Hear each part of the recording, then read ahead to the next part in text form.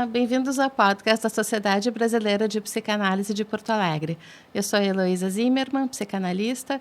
A anfitriã comigo hoje é a Aline Santos e Silva, psicóloga, membro do Instituto da nossa sociedade. A nossa convidada de hoje é a Sinara Kopitke, psicóloga, psicanalista, membro titular com função didática da nossa sociedade.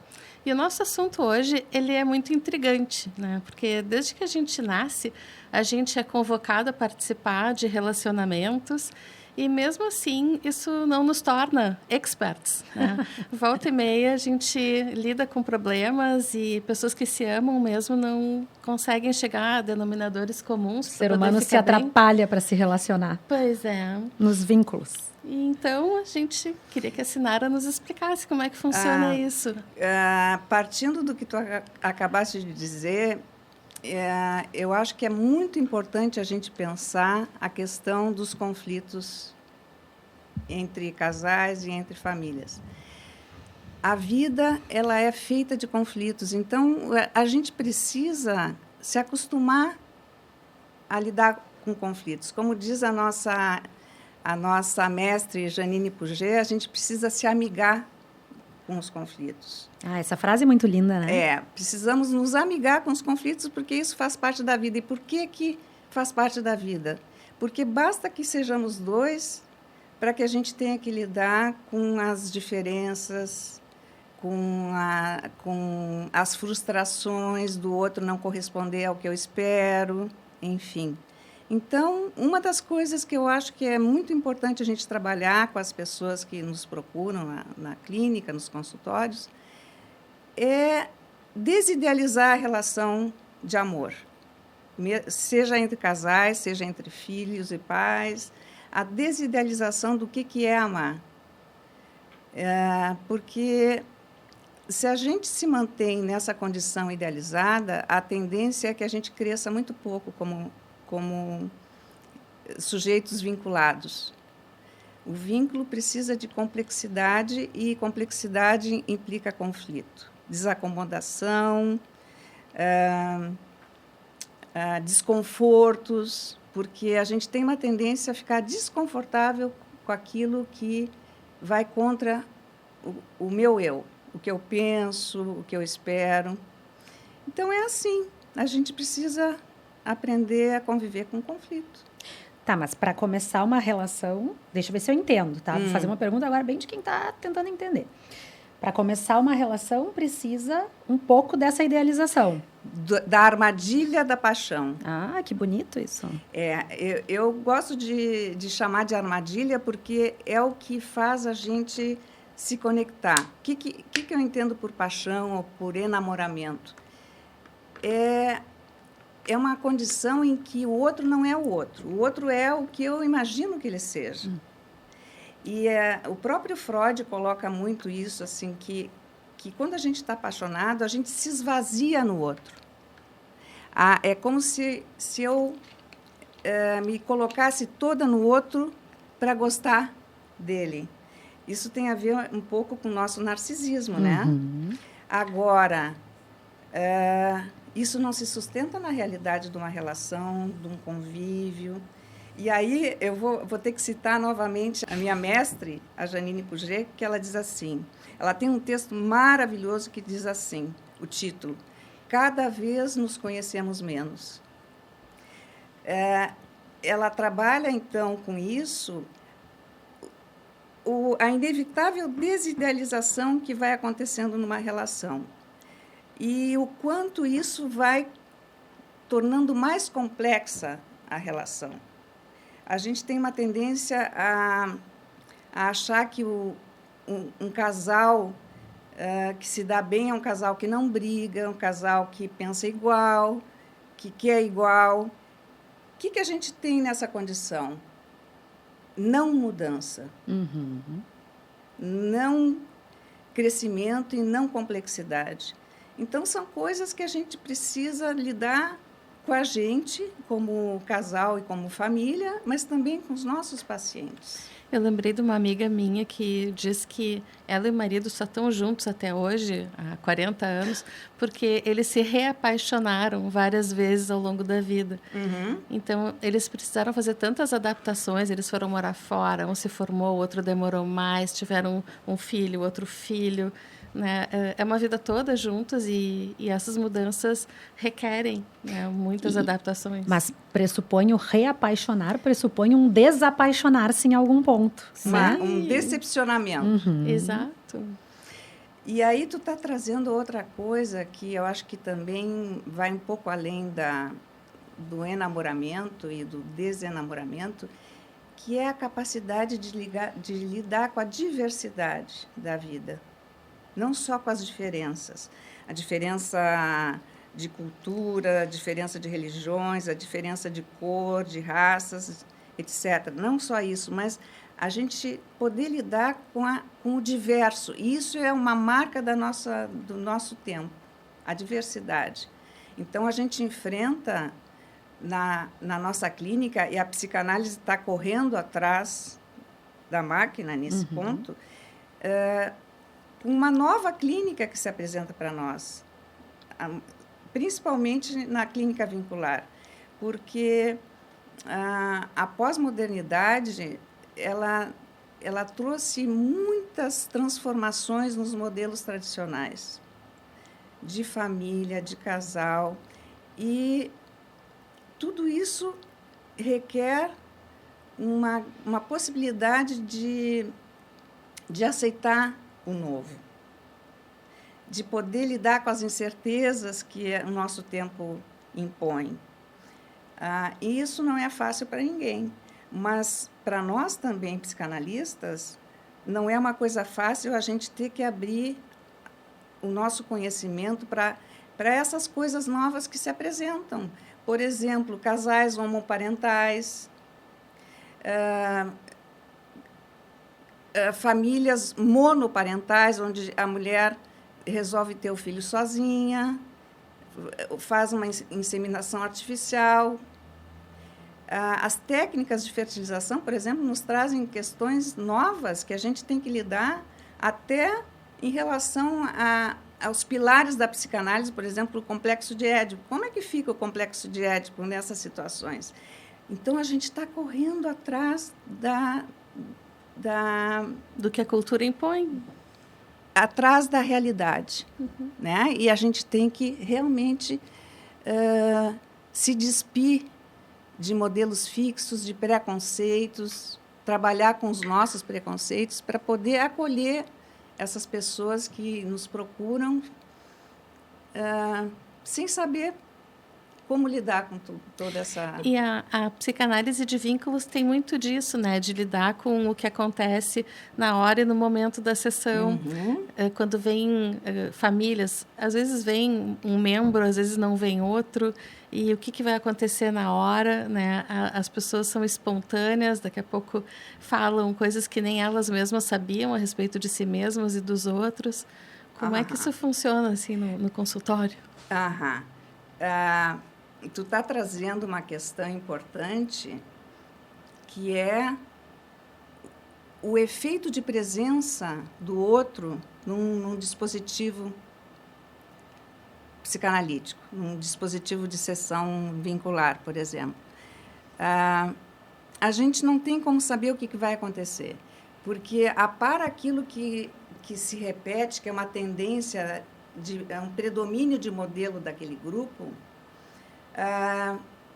ocorrem coisas inesperadas no momento. E a gente tem que estar muito atento para aproveitar aquilo que surge do encontro, inclusive com a gente, não só entre eles, mas também o efeito que a nossa presença tem. Eu estava dando uma aula hoje e uma aluna deu um exemplo muito interessante. Essa família chegou com uma ideia de que ela tinha que dar respostas, que ela sabia das coisas, que se ela não soubesse das coisas, ela não serviria para ajudá-los, né? E tinha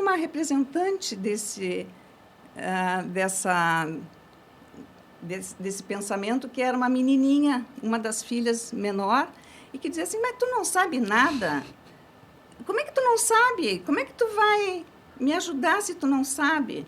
E eu sei que daqui a pouco ela fez uma intervenção que alterou todo o clima, e essa menina apresentou uma interferência nessa sessão incrível, porque ela pegou o telefone da mãe e disse assim, eu vou ligar para o meu pai. O pai é separado da mãe, vivia no outro lugar, e ela simplesmente pegou e todo mundo ficou estupefato com aquilo. E ela trouxe o telefone, o pai, no WhatsApp de vídeo, e eles começaram a trabalhar com o pai junto.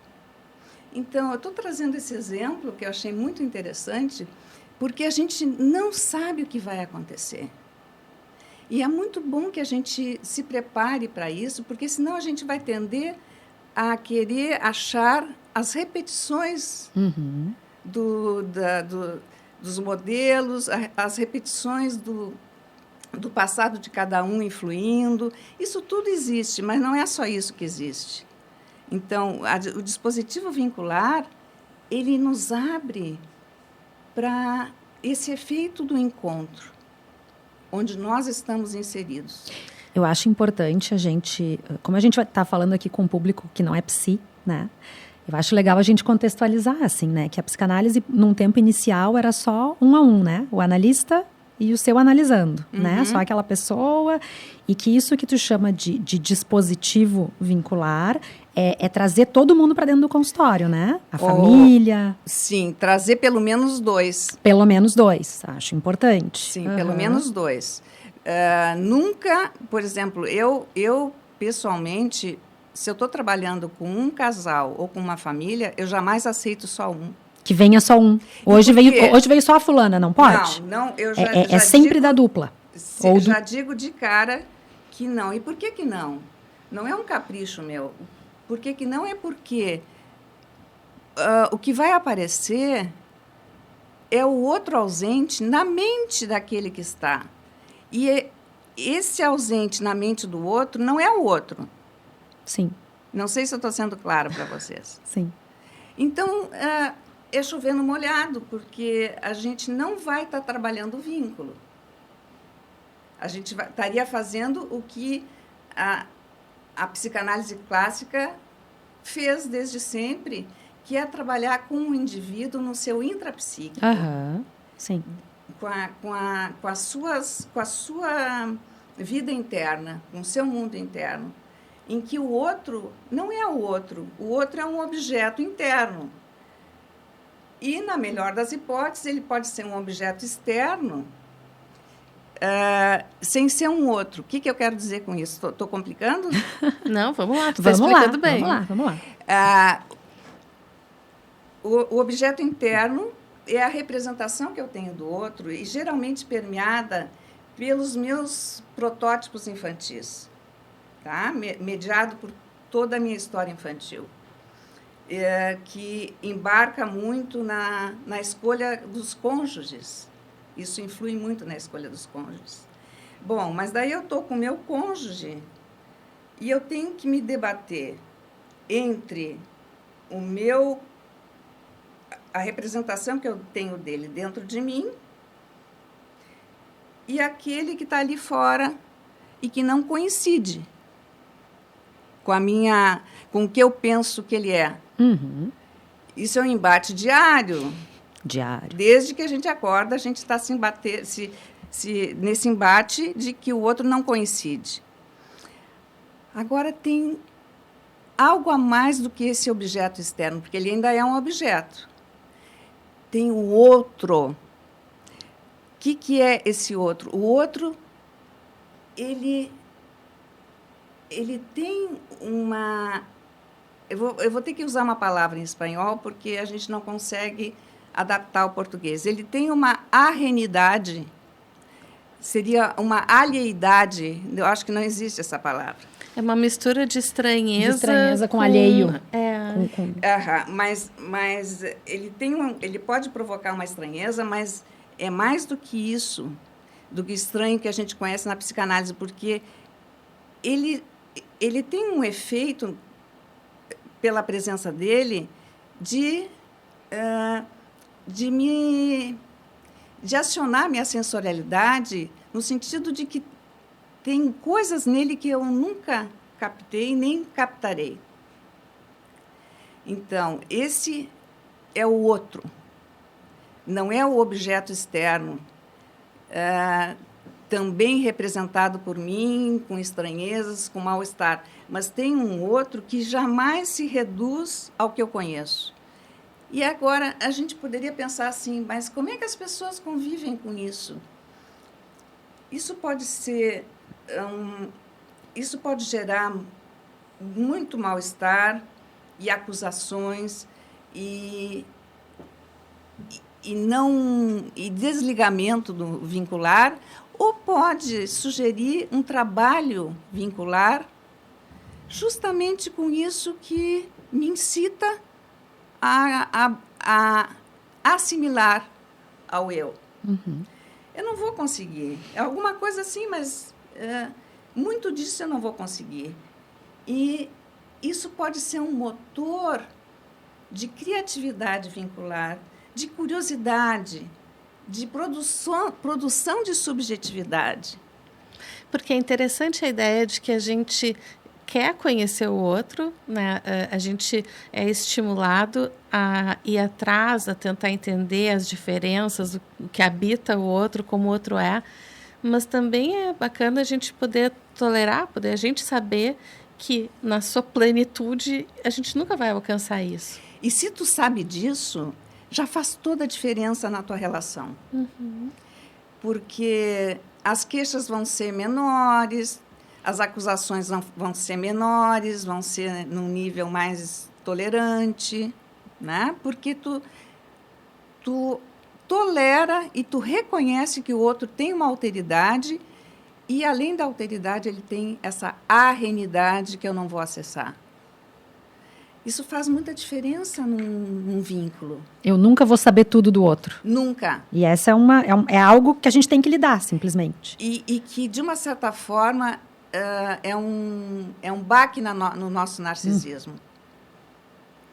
É um stop, dá um top no meu narcisismo. É um limite, assim. É um limite. É um limite. Eu acho que depois que a gente aceita isso, vem um alívio, porque eu não preciso tentar entender tudo do outro. Uhum. Mas o primeiro impacto é difícil.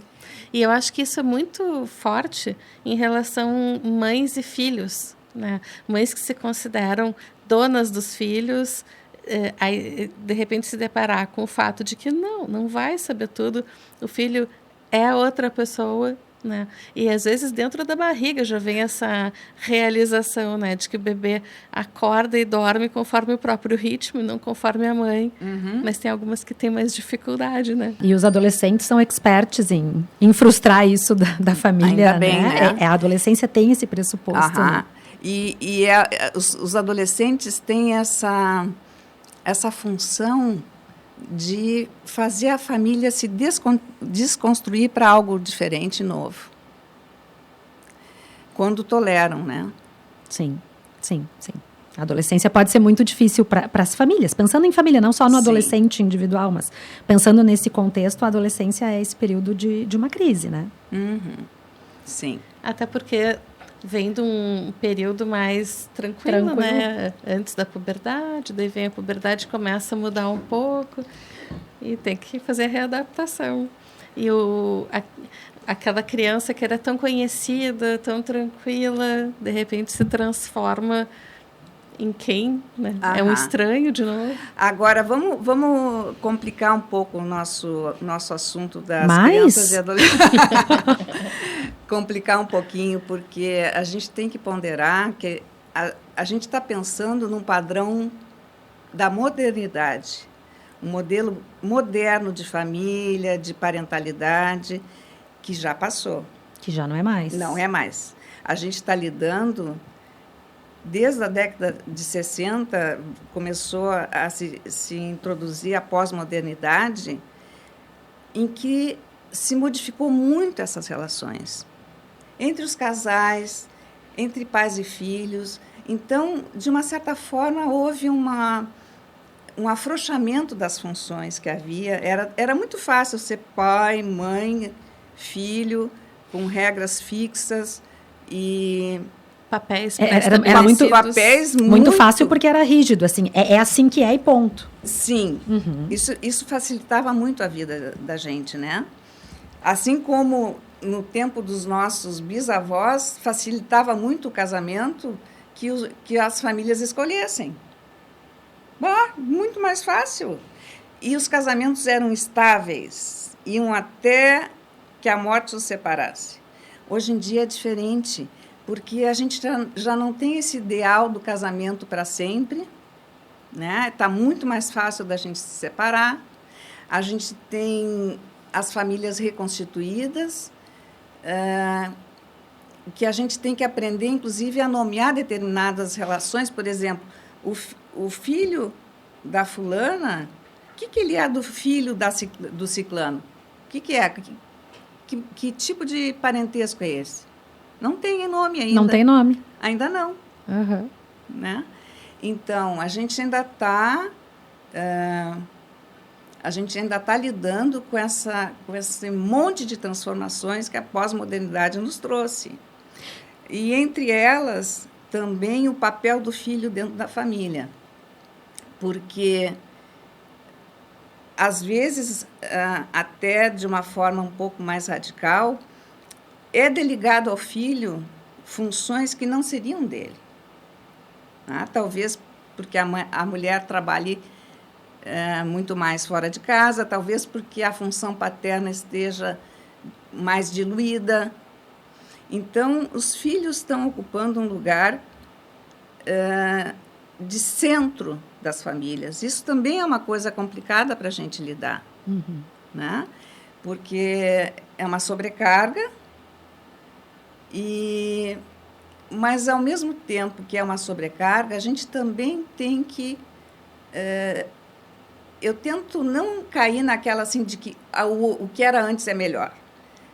O que é hoje é diferente do que era. Então, nós temos que ver o que a gente faz com hoje. Pois é, fiquei pensando nisso, né? Dizer que lá atrás, lá nos bisavós, sei lá, que era essa coisa mais rígida, mas era muito produtor de sofrimento, né? Assim, produzia muito sofrimento. Essa rigidez toda, né? O que não quer dizer que hoje, que tem uma flexibilidade, também não produza sofrimento. Eu acho que isso vai indo assim, né? Os vínculos vão se alterando e a subjetividade vai se produzindo nisso, né? Talvez houvesse menos sofrimento vincular, porque as expectativas eram tão fixadas, né? A gente sabia o que esperar de um casamento, a gente sabia o que esperar dos filhos. E hoje em dia a gente tem que lidar com o incerto. Com a incerteza. E com a complexidade. Então, são dois fatores da pós-modernidade que estão nos provocando todo o tempo e a psicanálise precisa pensar a partir dessa realidade. E aí entra também a teoria vincular, a psicanálise vincular, que, de uma certa forma, tenta dar conta disso que se passa hoje. Pois é, por um lado, faz parte da evolução das famílias, né, que o tempo mude, né? O tempo onde os pais cresceram é diferente do tempo da cultura, sociedade, onde os filhos crescem.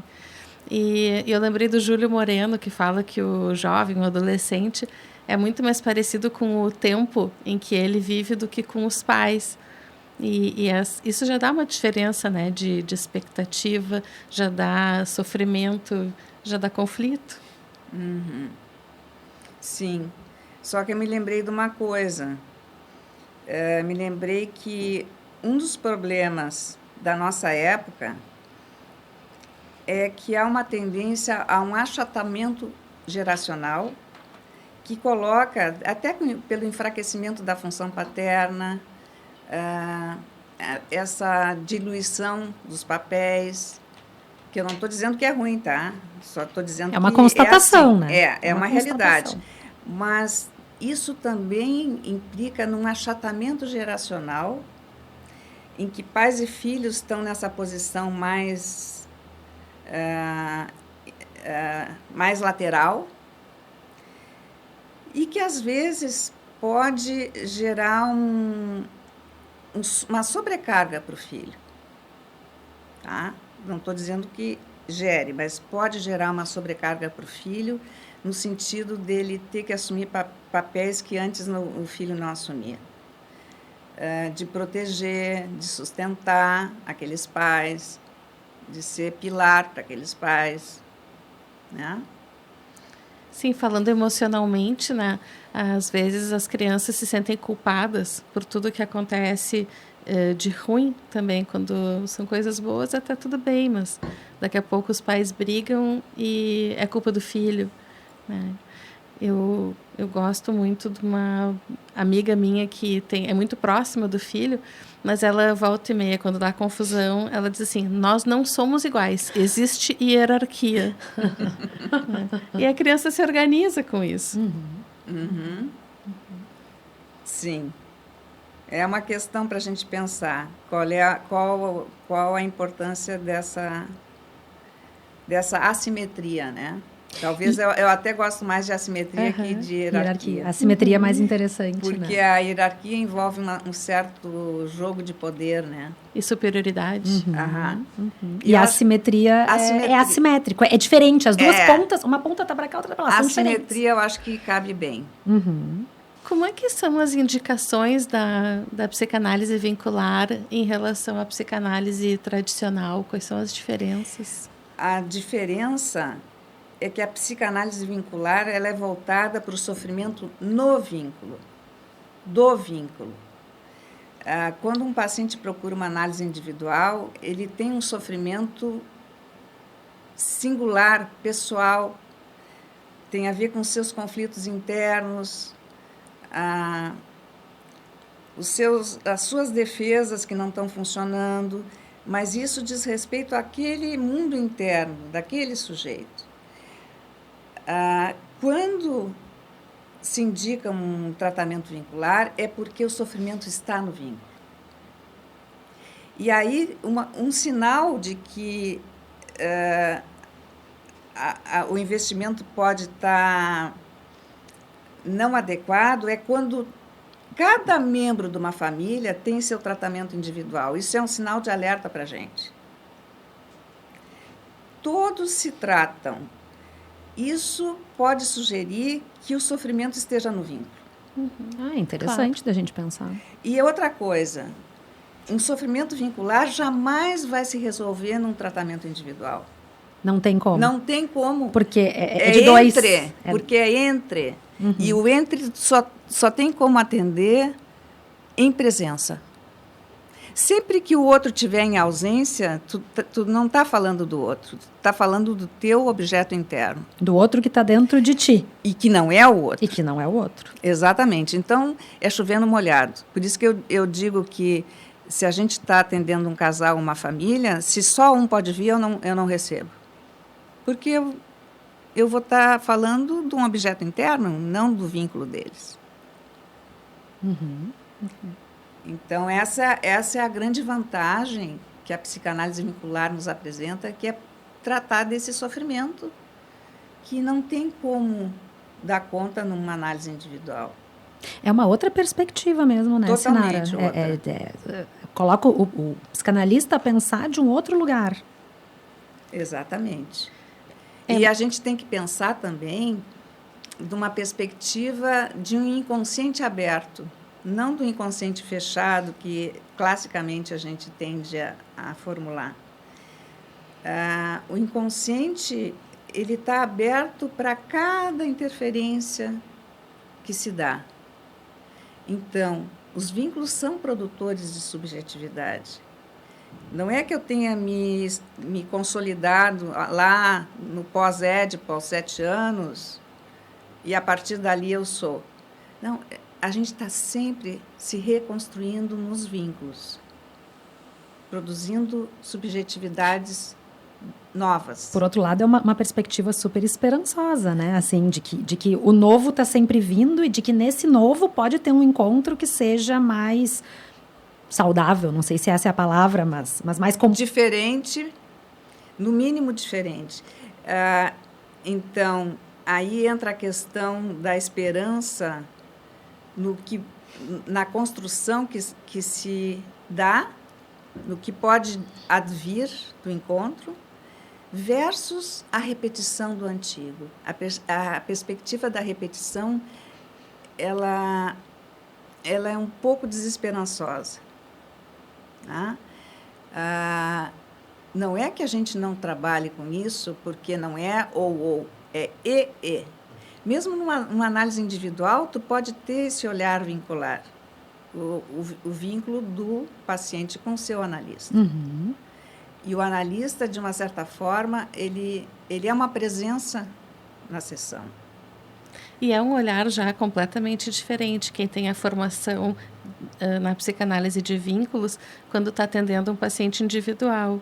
Não só pensando no vínculo do analista com o paciente, mas é um olhar diferente de quando se imagina o paciente com os seus familiares, com outros vínculos. Ainda que a gente trabalhe com o outro de dentro do paciente, a perspectiva do entre é muito bacana. O entre dois, porque o entre dois, ele descentra o sujeito. A gente tem que pensar a partir desse entre os sujeitos. Há um descentramento. Isso é uma ruptura de paradigma, de uma certa forma. E eu sigo afirmando que não é ou, é e, mas implica uma ruptura de paradigma porque tu descentra o sujeito. E eu estava pensando numa outra coisa, enquanto tu falavas, me escapou agora. Deixa eu ver. Daqui a pouco volta. Daqui a pouco volta. Uhum. Mas é interessante essa discussão, fiquei pensando, porque nessa perspectiva, por exemplo, se eu sou uma analisando e me trato com a Sinara, vou ter um tratamento absolutamente diferente se eu me tratasse com a Heloísa. Evidente. Então, esse entre do paciente com o seu analista é diferente. Então, a pessoa que diz, mas eu já me tratei, não deu certo, não gostei, não sei o que, é bom, quem sabe procura um outro profissional. Tem que dar liga, essa dupla, né? Claro que eu acho que esse é um outro assunto. Tem a ver com os estilos, mas agora tu me abriu para a memória para o que eu queria falar. Então, mesmo que a gente esteja numa análise individual, em que a gente conta com a questão da transferência, que é um pilar, tá? A transferência dos protótipos sobre a pessoa do analista. Desde a teoria vincular, a gente pensa que não é só transferência que está em jogo.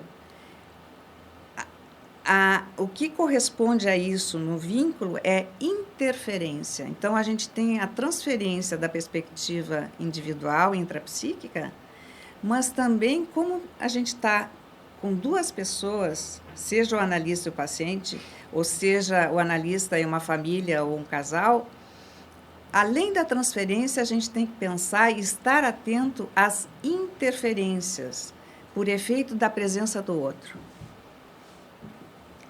E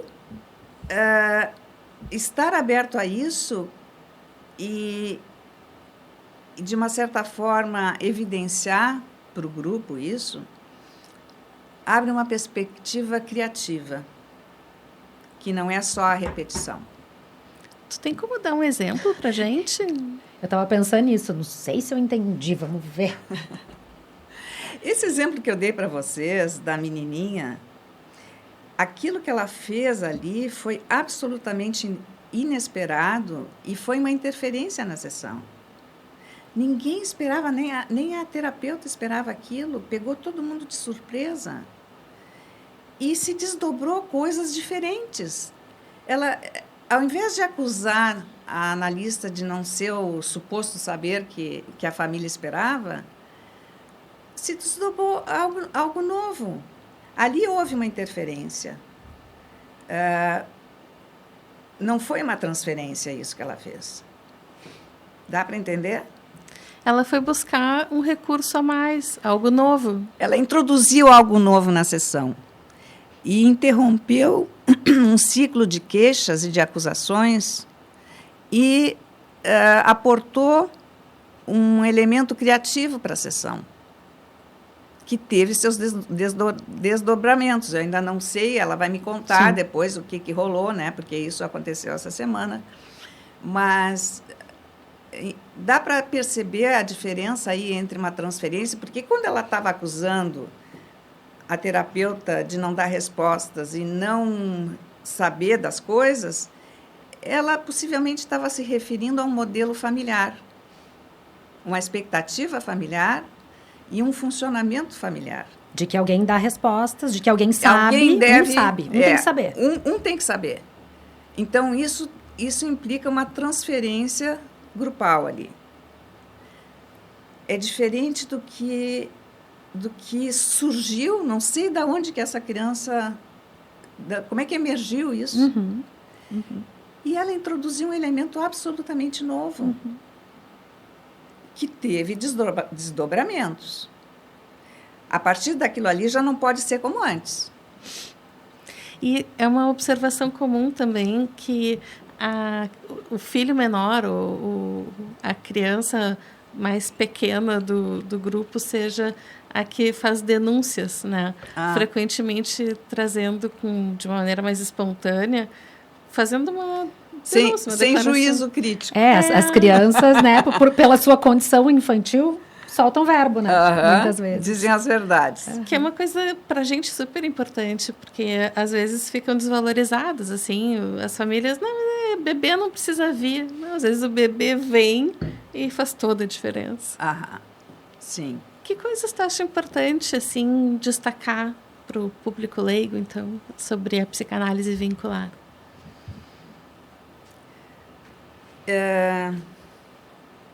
Não do ponto de vista do tratamento em si, tá? Porque a gente busca tratamento quando está sofrendo e não está suportando esse sofrimento, né? Mas do ponto de vista familiar e dos casais, eu diria que a coisa mais importante, talvez até mais importante do que o amor, é meio forte. Meio perigoso. O que tu vai dizer aí. Olha lá o que eu vou dizer. Vamos cortar. Mas eu digo porque há amores e amores. Um amor narcisista, um amor que quer que o outro seja o que eu quero e não ele mesmo, não serve. Então, a coisa que eu considero mais importante para as relações é o reconhecimento da alteridade. Isso, para mim, se desdobra em muitas coisas. Isso é amor, isso é respeito, isso abre uma perspectiva para uma relação criativa. É uma compreensão também do outro como outro. Não sei se eu não diria compreensão, porque daí tu já tritura isso dentro da mente. Tritura no sentido assim de tornar o outro algo compreensível. Simplesmente reconhecer a alteridade. Eu posso não compreender isso, mas eu tenho que reconhecer. A alteridade, para ficar bem claro para o pessoal que a gente está falando, é que o outro é outro. O outro é outro. Não eu é meu objeto eu interno. Eu sou um universo, o outro é outro universo, planetas diferentes. Tem algo do outro que eu não acesso e que eu nunca vou conhecer. Por isso que eu impliquei com a palavra. Sim, eu acho que eu falei compreensão pensando que tem que tolerar o arreno. É a aceitação. Mas na verdade, você tem razão. É mais uma aceitação. É reconhecer e aceitar. Eu vou te dizer outra coisa para pôr lenha na fogueira. Eu não gosto muito da palavra tolerar. É medonha. É medonha. Sabe por quê? Porque eu acho muito arrogante. Sim. É muito arrogante, muito pretensioso. Quem sou eu para tolerar o outro? O outro é o que é. Quem sou eu para tolerar? Isso aí não... A gente tem que cuidar com isso, porque só me resta reconhecer e aceitar. Não tem que... o mínimo é tolerar. Né? Então... a gente tem que ter humildade nesse sentido. A humildade, eu acho que é a qualidade que abarca muitas outras, né? Abrir mão do seu narcisismo, não ter que ser dono da verdade, não achar que sabe tudo, e daí afora. Então, ter a humildade de aceitar que eu não conheço tudo do outro e nunca vou conhecer. Agora, vamos pensar o seguinte, isso aí pode ser tão estimulante para uma relação e, na melhor das hipóteses, vai evitar acusações e queixas. E é tão interessante isso, porque o que tu está dizendo serve para a relação de casal, serve para a relação pais e filhos, serve para a relação de melhores amigos, serve para qualquer vínculo humano. Isso se presta para a gente pensar, né? Claro, para qualquer relação. Eu acho que é a minha bandeira, sabe? O reconhecimento da alteridade é a minha bandeira no trabalho com vínculos. E é uma bandeira e tanto para levantar, assinar. Olha, é uma bandeira, porque hoje, né, especialmente, claro, se a gente traz pro social hoje em dia, né, o quão tá difícil reconhecer as diferenças e parece que todo mundo tem que se massificar, todo mundo gostar da mesma coisa, concordar, é complicado. E tem outra coisa também, radicalizando um pouquinho.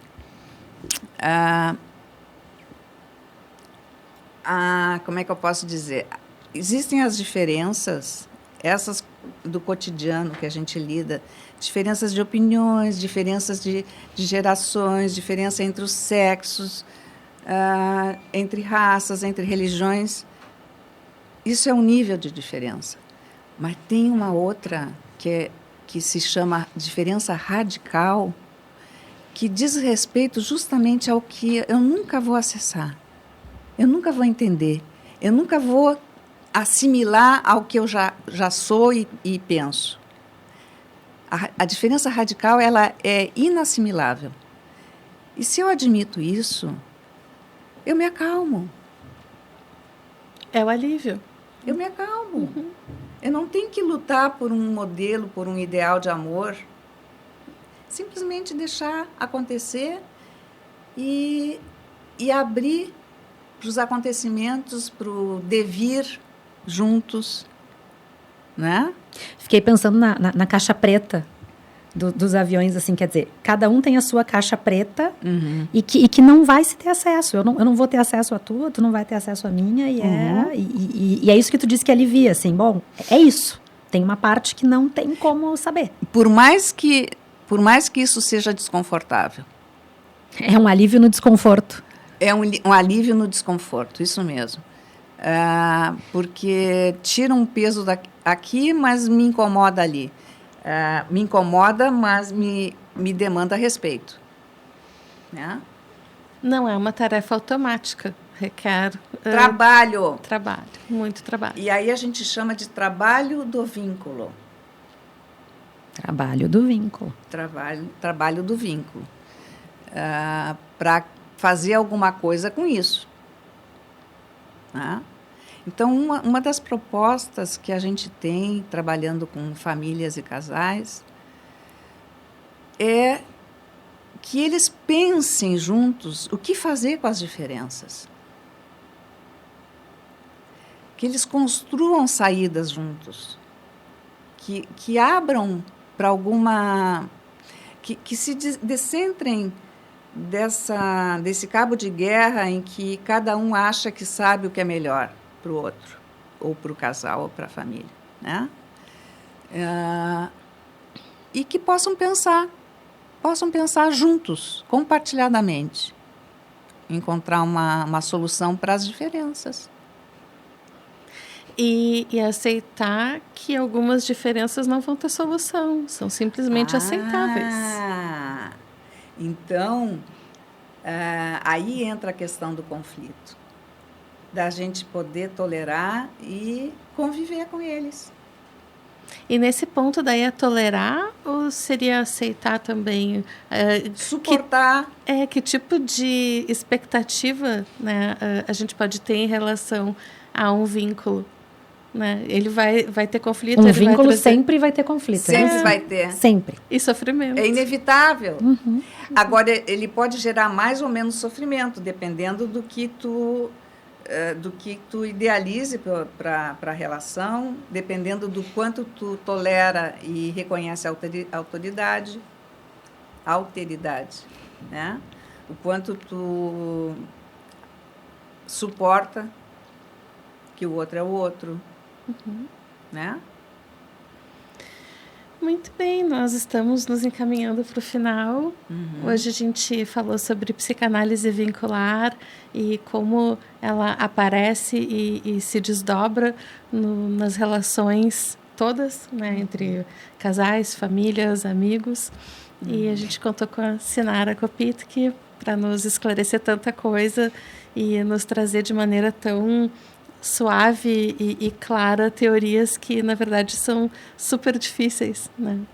Então, essa área relativamente nova, né? Muita gente que procura atendimento psicanalítico procura individualmente e não casais e famílias. E acho tão importante a gente trazer esse conhecimento a público, né? De que um psicanalista trabalha também com casais e família de um jeito muito, muito particular e que, né? E não é ou, né? É E. E existem indicações e indicações, né? Mas eu gostaria de agradecer muito para vocês esse convite, tá? Eu fiquei muito contente e achei muito agradável estar aqui com vocês.